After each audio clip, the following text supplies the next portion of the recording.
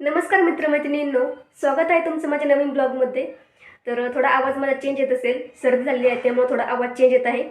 तर आता मी डॉक्टरकडे निघालेले आहे नगर जाण्यासाठी। तर जाऊया डॉक्टरकडे। डॉक्टर काय म्हणत ते तुम्हाला मी पुढे सांगणारच आहे। तर व्हिडिओ शेवटपर्यंत नक्की बघा आणि कमेंट करायला विसरू नका। तर बघा, नगरमध्ये भिस्तबाग चौकात डॉक्टर आनंद तुळजापुरे ह्या डॉक्टरांकडे मी आलेले आहे। तर आम्हाला डॉक्टरांचा टायमिंग माहीत नव्हता। आम्ही 11:30च्या दरम्यान इथं आलो होतो। तर समजलं की डॉक्टर 1:30 वाजता येतात। तर तोपर्यंत थांबलो तर अद्विका बघा काय शांत बसत नव्हती। वरती जा खाली ये तिचं चालूच होतं काही ना काही। तर 1:30ला डॉक्टरांना सांगितलं होतं। तर 1:30 पण वाजले। त्या मॅडमला विचारलं तर मॅडम म्हटल्या आज डॉक्टरांना सर्जरी आहे म्हणजेच ऑपरेशन आहेत तर त्यामुळे 2 वाजतील यायला। नंतर 2 पण वाजले तरी पण डॉक्टर काय येत आले नाहीत। पुन्हा त्या मॅडमनी कॉल केला तरी पण सांगितलं की अजून थोडा लेट होईल कारण डॉक्टरांना 2-2 ऑपरेशन आहेत। तर वाट बघत बसलो असंच। तोपर्यंत अद्विकाचं काही ना काही चालूच होतं काम। तर आम्हाला डॉक्टरांचं टायमिंग माहीत नसल्यामुळे आम्ही तर खूप लवकर जाऊन बसलो होतो। बाकीचे पेशंट पण 1-1:30 वाजता आले होते कारण डॉक्टरांचं टायमिंग आहे ते 1:30चं आहे। तर बसून बसून खूप कंटाळा आला होता। बाकीचे पेशंट पण कंटाळले होते।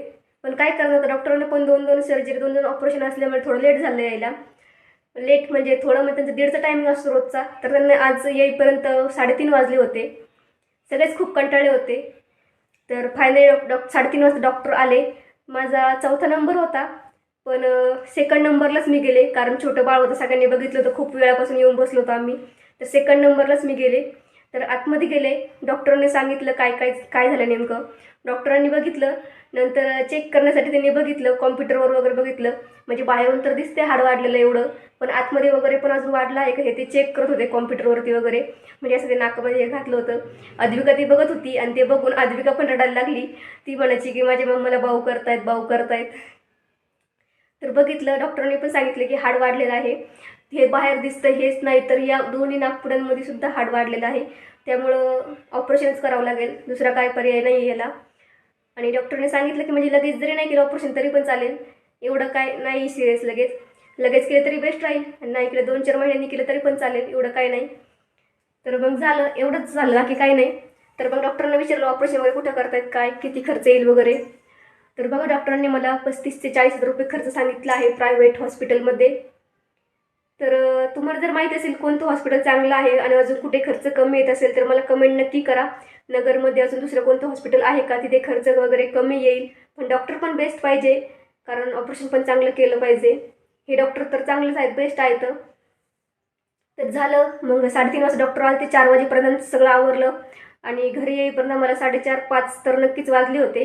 तर बघा, डिलिव्हरीच्या वेळेस माझं सी सेक्शन झालेलं आहे म्हणजे सिजर झालेलं आहे। तर ते सिजरच्या वेळेस मला काहीच भीती वाटली नाही 1% सुद्धा, कारण त्यावेळेस आपल्याला तेवढा आनंद पण होणार असतो। त्यामुळे त्यावेळेस सी सेक्शनची काहीच नाही भीती वाटली, पण आता या छोट्याशा ऑपरेशनची भीती वाटते। तर तुमच्या फॅमिली फ्रेंड्समध्ये जर कोणाचं नाकाच्या हाडाचं ऑपरेशन झालेलं असेल तर प्लीज मला तुमचा एक्सपिरियन्स जो आहे ते कमेंटमध्ये नक्की सांगा। म्हणजे काही त्रास वगैरे होतो का, आपल्याला समजतं का ऑपरेशन वगैरे करताना। भूल देतीलच ते नक्कीच, पण तरी पण भूल दिली तरी पण थोडंफार समजतंच आपल्याला। तर बघा, भीती वाटते, नक्कीच तुमचा काय एक्सपिरियन्स असेल तर मला कमेंट करून नक्की सांगा। तोपर्यंत बाय बाय। माझे असे छान छान व्हिडिओ बघत राहा आणि छान छान कमेंट्स करत राहा। थँक्यू।